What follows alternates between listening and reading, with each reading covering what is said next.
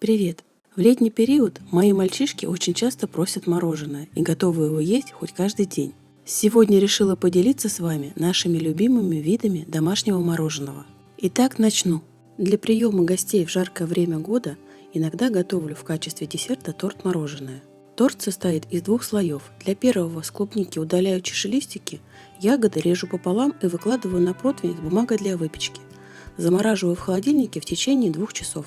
Бананы нарезаю шайбами, выкладываю на бумагу для выпечки и тоже замораживаю 2 часа. Замороженную клубнику и банан выкладываю в чашу кухонного комбайна и довожу до однородного кремообразного состояния. По сути, уже этот продукт можно использовать как готовое мягкое мороженое.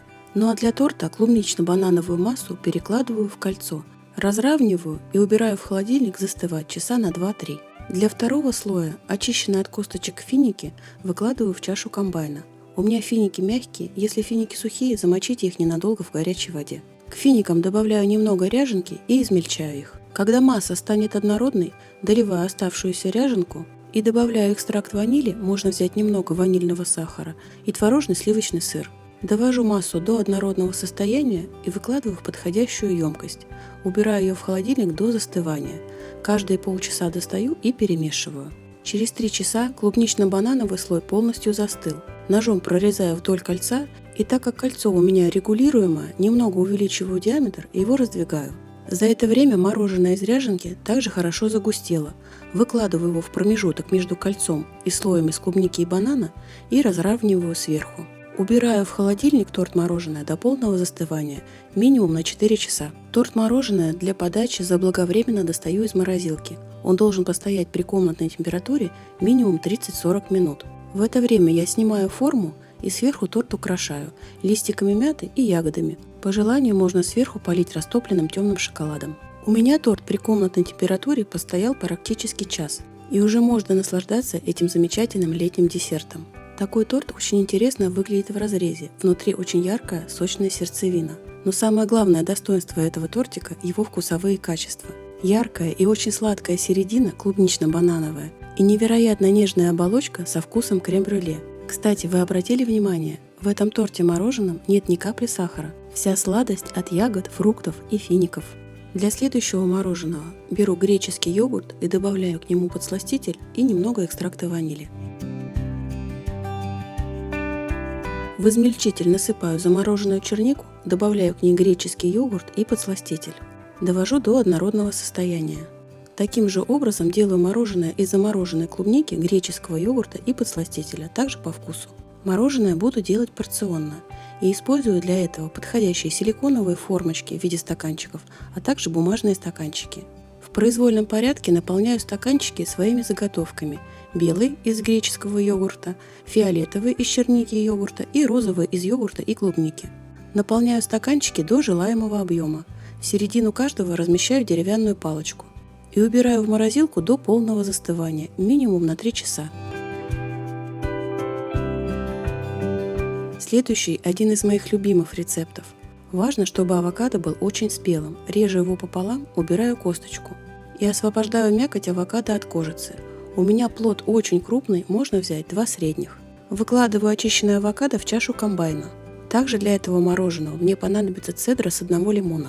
Из половины лимона выжимаю сок. Довожу до однородного состояния и добавляю сироп топинамбура и немного экстракта ванили. Еще ненадолго запускаю комбайн, чтобы текстура была действительно однородной и гладкой. Выкладываю в подходящую форму и отправляю в морозилку минимум на 2 часа.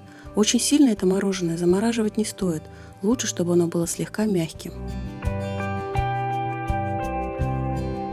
В жару порой очень приятно освежиться фруктовым льдом, для которого большой киви измельчаю до пюреобразного состояния. И выкладываю это пюре в формочки для мороженого.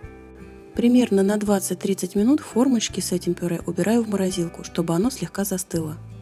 Из мякоти арбуза удаляю косточки и арбуз также превращаю в пюре. Теперь измельченным арбузом формочки для мороженого дополняю доверху.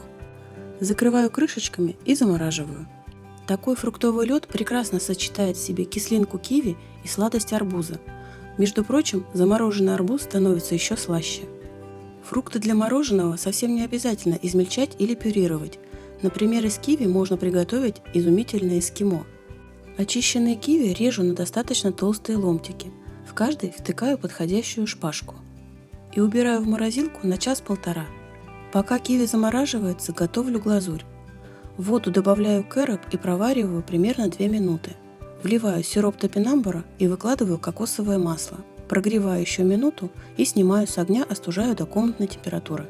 Остывшую глазурь при помощи погружного блендера довожу до состояния легкой эмульсии и переливаю в высокий стакан. Замороженный киви несколько раз окунаю в стакан с глазурью. Таким образом, глазурь равномерно распределяется и моментально застывает на замороженном фрукте. Отличное эскимо. За 1,5 часа киви замерзло, но не стало каменным, и сверху очень нежная и вкусная шоколадно-кокосовая глазурь. Далее приготовлю фруктово-ягодный лед. В формочке для мороженого в произвольном порядке выкладываю маленькие кусочки любимых ягод и фруктов. У меня сегодня клубника, голубика и киви. Из 2 апельсинов выжимаю сок. Обязательно его процеживаю, чтобы не попали косточки. И заливаю свежевыжатым апельсиновым соком формочки для мороженого, уже наполненные ягодами и фруктами. Аккуратно размещаю палочки для мороженого и мороженое замораживаю. Готовый лед достаю из морозилки и держу при комнатной температуре минут 10-15. Аккуратно извлекаю из формочек. Такой лед не только радует глаз своими красками, но и обязательно порадует ваши вкусовые рецепторы.